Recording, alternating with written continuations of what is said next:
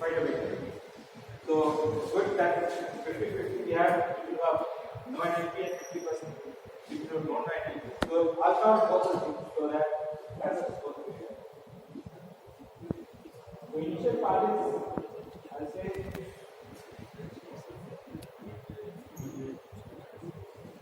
I'll take care of the natural line processing. What it is, I want to give the objective of the session is twofold.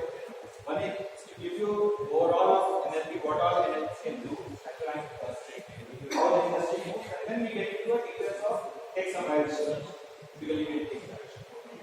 So this is 2019 trends on natural language processing, and people who are still working on NLP to see what is coming along future. So a couple of key points that we take. Point number 2, that simple RNNs are no longer be so important in going forward in natural language processing.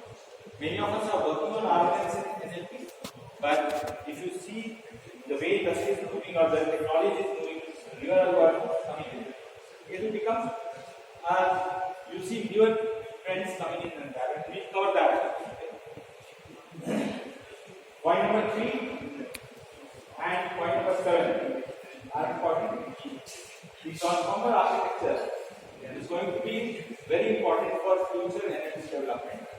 And third, which you have seen the demo, what is built on what Indrajit and Abdul had shown. It is built with Bird, and that uses transformer architecture. So the transformer architecture is going to be a predominant architecture where